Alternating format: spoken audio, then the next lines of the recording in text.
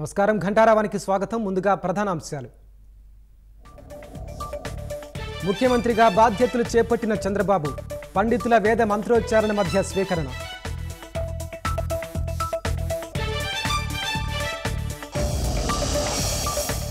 Mega డిఎస్సిపై Chandrababu తొలి సంతకం.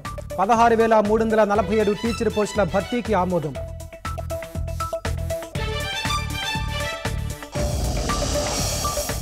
Land titling act రద్దుపై CM రెండో సంతకం.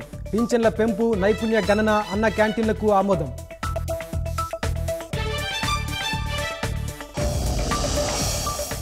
సచివాలయంలో సీఎంకు ఉద్యోగుల ఘన స్వాగతం. రెండో బ్లాక్ నుంచి రెడ్ కార్పెట్ పరిచి ఆహ్వానం.